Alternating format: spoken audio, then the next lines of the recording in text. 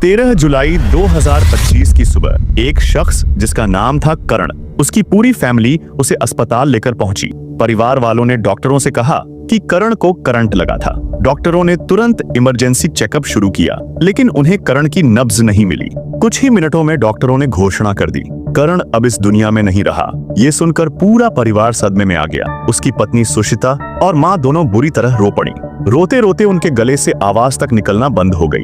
घर का माहौल कुछ ही पलों में शोक और सन्नाटे में बदल गया। लेकिन इस मातम के बीच एक ही सवाल सबके मन में बार बार घूम रहा था, अब इतनी कम उम्र में विधवा हुई सुशिता अपना आगे का जीवन कैसे जी पाएगी। परिवार एक दूसरे को संभाल ही रहा था, तभी डॉक्टरों ने कुछ अजीब देखा। करण के सीने और हाथों पर जलने के निशान थे और उसके मुंह से झाग निकल रहा था। डॉक्टर ने तुरंत परिवार से कहा कि उन्होंने पुलिस को सूचना दे दी है, क्योंकि ये मौत प्राकृतिक नहीं लग रही थी। पहले से ही टूट चुके परिवार को समझ नहीं आया कि डॉक्टर ने पुलिस को क्यों बुलाया। उन्हें पूरा भरोसा था करण की मौत करंट लगने से हुई है। तो आखिर सच में हुआ क्या था और पुलिस को वो अहम सुराग क्यों नहीं मिला जो सब कुछ बदल सकता था। चलिए जानते हैं इस पूरे केस की सच्चाई। पश्चिम दिल्ली के उत्तम नगर में एक कॉलोनी है, ओम विहार कॉलोनी। यहीं रहता था 36 साल का करणदेव अपनी 35 वर्षीय पत्नी सुशिता और 6 साल के बेटे के साथ। शानदार फ्लैट, अच्छी नौकरी और खुशहाल जिंदगी। करण एक प्राइवेट कंपनी में प्रोडक्ट एनालिस्ट था। दिन रात मेहनत करता, ओवरटाइम लेता और अपनी EMI भरता। उसने ये लग्जरी फ्लैट एक बड़े बैंक लोन पर खरीदा था और सबसे खास बात, अपनी माँ और छोटे भाई से बहुत प्यार करता था, इसलिए उनका घर भी उसने अपने फ्लैट से बस एक गली दूर लिया था। सब कुछ ठीक चल रहा था जब तक कि वो काली और दर्दनाक रात नहीं आई। 12 जुलाई 2025 शनिवार की रात। अगले दिन छुट्टी थी, सबने सोचा आराम करेंगे। रात करीब 9:30 डिनर करने के बाद करण अपने कमरे में सोने चला गया। उधर उसकी पत्नी सुशिता ने बेटे को खिलाया और उसे सुलाने दूसरे कमरे में चली गई। सुबह जब वो हमेशा की तरह जल्दी उठी तो नाश्ता बनाने में लग गई। सोचा आज रविवार है, करण देर से उठेगा, इसलिए उसने कमरे में झांका भी नहीं। लेकिन जब सुबह के 9 बज गए और करण अब तक नहीं उठा तो सुशिता जल्दी से कमरे में गई। वो हिला तक नहीं रहा था। पहले उसने धीरे से आवाज दी, फिर हल्के से थपथपाया, पर कोई हरकत नहीं। घबराकर वो बेटे को बुलाती हुई बाहर भागी। सीधे करण की माँ के घर पहुंची। सांस फूली हुई थी, पर बस इतना कहा, माँ करण नहीं उठ रहा। कितनी बार जगाया पर कुछ नहीं हो रहा। शौक में सब लोग दौड़ पड़े। करण का भाई कुणाल ने अपने चाचा हरीश को फोन किया। हरीश बाहर थे, लेकिन उन्होंने अपना बेटा राहुल भेजने को कहा। कुछ ही देर में राहुल, कुणाल, करण की माँ और सुशिता सब फ्लैट पहुंच गए। कमरे में करण बेहोश पड़ा था, कोई हरकत नहीं। कुणाल ने उसके पैर दबाए, पानी छिड़का, लेकिन कोई असर नहीं हुआ। सभी परेशान थे। सुशिता ने कहा, रात सब नॉर्मल था, लेकिन करण अपने मोबाइल को चार्ज पर लगाकर इस्तेमाल कर रहा था। शायद वहीं से करंट लग गया। कुणाल घबराकर हॉस्पिटल भागा और डॉक्टर से घर आने की विनती की, लेकिन डॉक्टर मना कर गए। फिर उसने एम्बुलेंस बुलाई और करण को हॉस्पिटल ले गया। डॉक्टरों ने जांच की, पर नब्ज नहीं मिली। कुछ ही मिनटों में करण की मौत की पुष्टि कर दी गई। डॉक्टरों ने फिर जलने के निशान और झाग देखकर पुलिस को सूचना दी। पुलिस आई, डॉक्टरों से बात की और परिवार से पूछताछ शुरू की। परिवार को समझ नहीं आ रहा था कि पुलिस जांच क्यों कर रही है। पुलिस ने कहा, यह मामला सामान्य नहीं लगता, सच्चाई सिर्फ पोस्टमार्टम से ही पता चलेगी। परिवार पहले तो तैयार नहीं हुआ, पर करण का भाई कुणाल बोला, पोस्टमार्टम होना चाहिए, क्योंकि करण सिर्फ 36 साल का था, कोई बीमारी नहीं। फिर अचानक मौत कैसे हो सकती है। पोस्टमार्टम अगले दिन यानी सोमवार को तय हुआ। परिवार घर लौट आया और घर में सिर्फ सन्नाटा था। अगले दिन पुलिस ने सुशिता से सवाल की। सुशिता ने कहा, रात को करण ने एक्सटेंशन बोर्ड लगाया था, मोबाइल चार्ज पर रखा और वो इस्तेमाल कर रहा था। मैं बेटे के साथ दूसरे कमरे में सो गई थी। सुबह देखा तो उसका चार्जर हाथों में लिपटा था, तार उंगलियों को छू रही थी। शायद वहीं से करंट लग गया। 14 जुलाई को पोस्टमार्टम पूरा हुआ और शव परिवार को सौंप दिया गया।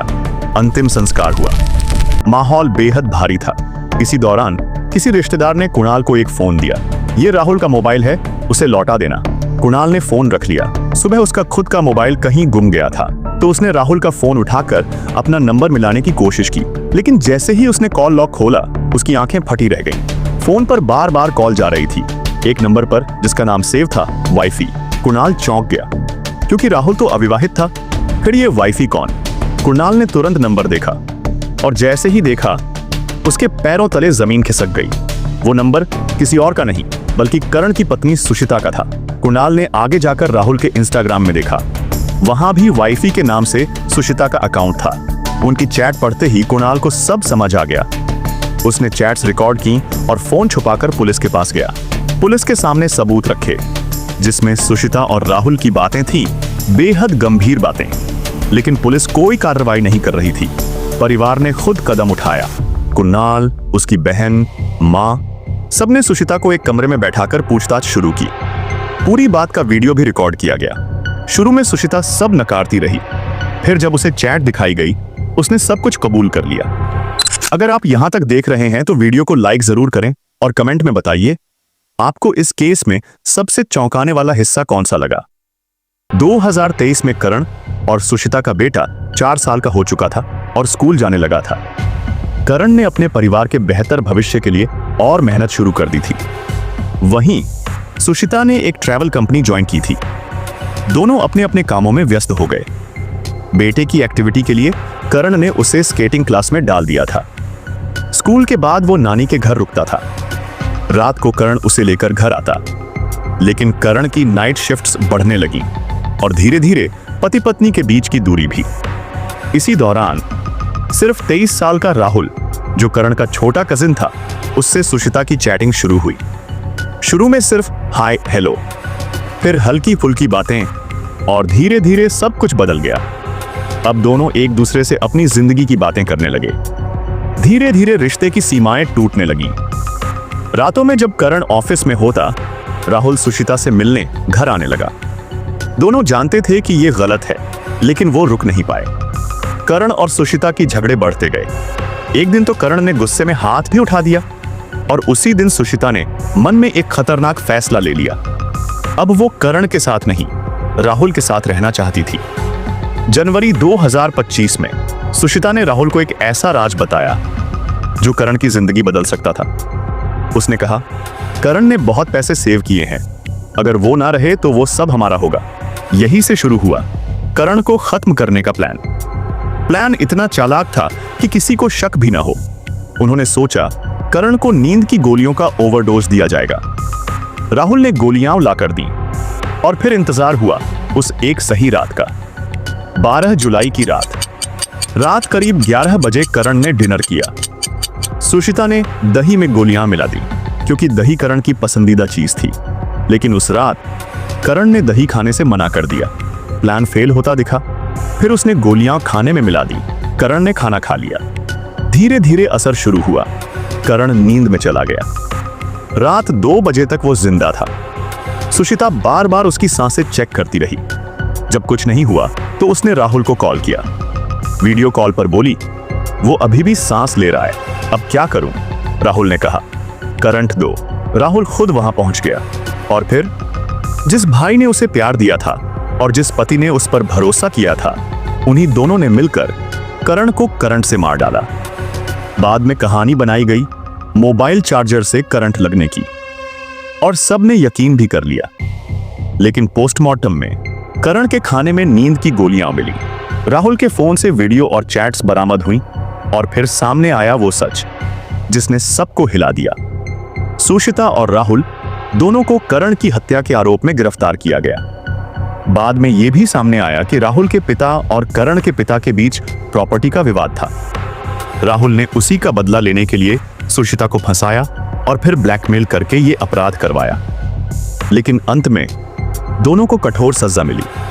एक इंसान जिसने सिर्फ अपने परिवार के लिए मेहनत की, वो अपनी ही पत्नी और अपने ही भाई जैसे इंसान की साजिश का शिकार बन गया। कहानी का सबक सिर्फ इतना है, कभी भी भरोसा आंख बंद करके मत करो, क्योंकि धोखा हमेशा उसी से मिलता है जिससे हम सबसे ज्यादा उम्मीद रखते हैं। तो दोस्तों, यही थी आज की सच्ची कहानी करण देव मर्डर केस की। अगर वीडियो पसंद आया हो तो एक लाइक जरूर करें और कमेंट में बताइए आपको इस केस का कौन सा हिस्सा सबसे ज्यादा हिला देने वाला लगा। धन्यवाद।